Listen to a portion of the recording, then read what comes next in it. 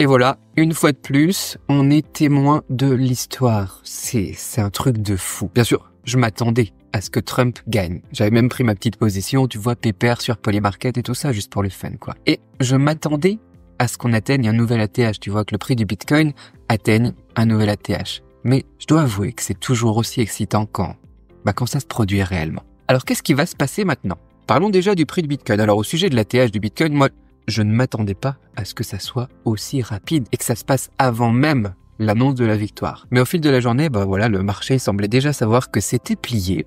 Polymarket, il a fait un petit pic à 95% de chance de victoire pour Trump.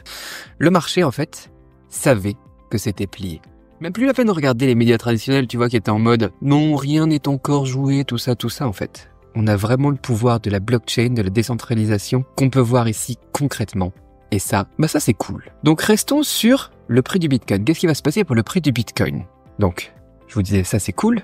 Eh bien, ça va le rester cool. Parce qu'avec l'élection de Trump, ça va avoir forcément un impact majeur sur l'industrie crypto. Donc, on va en parler aujourd'hui. Et donc, le plus intuitif, c'est ça. C'est le prix du Bitcoin qui va monter. Voilà. On avait déjà prédit que si on avait une victoire du candidat républicain à la Donald Trump, le prix du Bitcoin pourrait atteindre un niveau record, un nouvel ATH dans la fourchette de 80K à 90K. Je pense que cette prévision est plus valable que jamais et j'espère qu'on l'aura peut-être atteint avant que cette vidéo sorte d'ici quelques heures.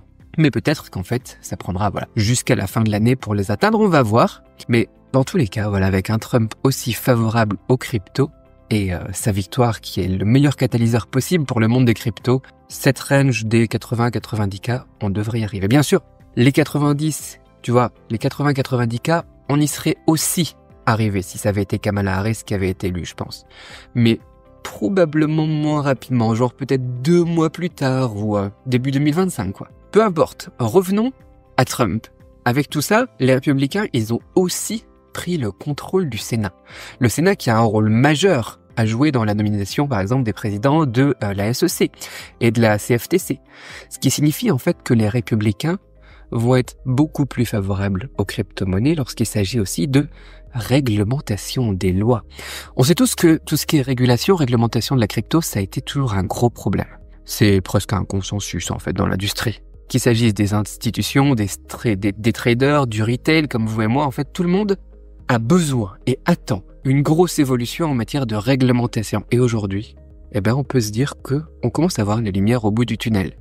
Le nouveau président ou la présidente de la SEC pourrait changer la donne. Donc Trump a souvent exprimé son souhait de remplacer l'actuel ennemi public numéro 1 des cryptos, la Gary Gensler, par un président plus favorable à cette industrie. On a hâte d'être à l'investiture et que Gary dégage. Il doit être en PLS d'ailleurs en ce moment. Le pauvre Gary. Bien sûr, malgré ce soutien potentiel au niveau de tout ce qui est Sénat, SEC, réglementation, CFTC et compagnie, une évolution rapide, c'est toujours peu probable parce que les réglementations, les lois, ça prend toujours énormément de temps.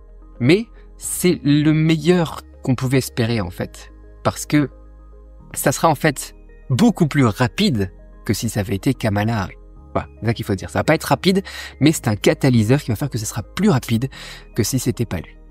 Donc on va laisser le temps au temps et on se satisfait au moins d'une chose, c'est que les choses vont dans le bon sens et qu'on est dans le meilleur des mondes possible. Quoi qu'il en soit, la victoire de Trump va nous conduire à un environnement réglementaire global plus clair, plus souple, et ça risque donc d'entraîner une réaction en chaîne, voire une série de réactions en chaîne qui vont ouvrir la voie à pas mal de choses. Les IPO pour les sociétés de crypto-monnaies, les entrées en bourse, on va en voir plus.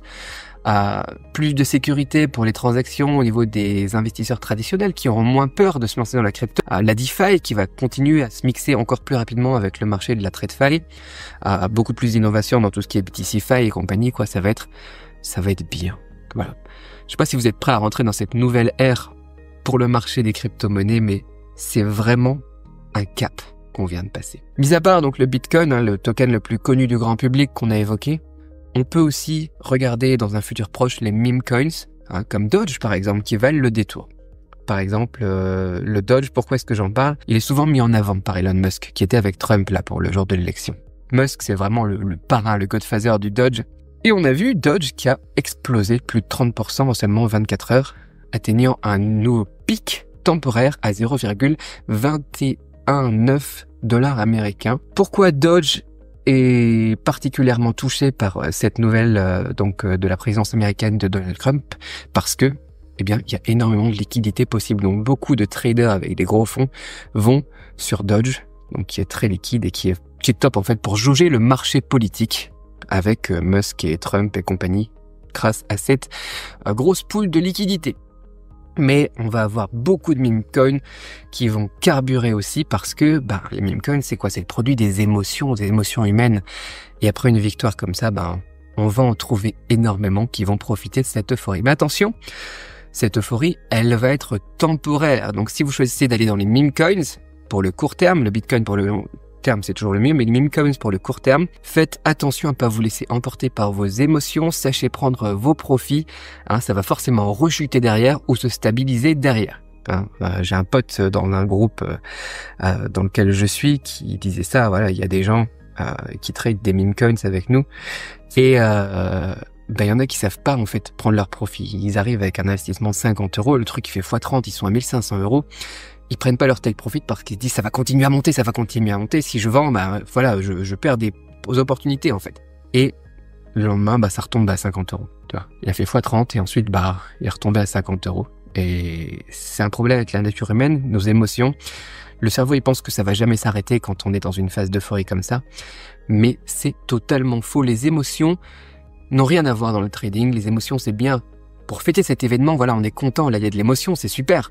C'est bénéfique pour la tendance générale. Mais quand vous commencez une trade, placez bien vos sorties et sachez prendre vos profits. Tout ceci, d'ailleurs, ne constitue pas un conseil en investissement. NFA, investir comporte des risques, je sais pas quoi.